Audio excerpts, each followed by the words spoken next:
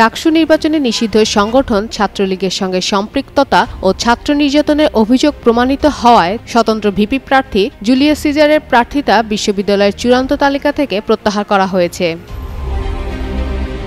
ঢাকা বিশ্ববিদ্যালয় কেন্দ্রীয় ছাত্র সংসদ নির্বাচনের চূড়ান্ত প্রার্থী তালিকা থেকে স্বতন্ত্র ভিপি প্রার্থী জুলিয়াস সিজারের নাম প্রত্যাহার করা হয়েছে।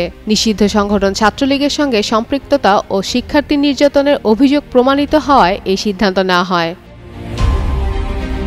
মঙ্গলবার নবাব আলী চৌধুরী সিনেট ভবনে নিরাপত্তা বৈঠক শেষে চিফ রিটার্নিং কর্মকর্তা অধ্যাপক ড.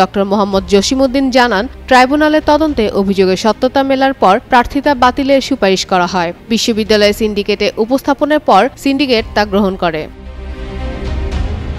এদিকে ডাকসু ও হল সংসদ নির্বাচনে আচরণবিধি লঙ্ঘন সংক্রান্ত অভিযোগ নিষ্পত্তির জন্য নির্বাচন কমিশন একটি 7 সদস্যের টাস্ক ফোর্স গঠন করেছে। সমাজ কল্যাণ ও গবেষণা ইনস্টিটিউটের অধ্যাপক ড.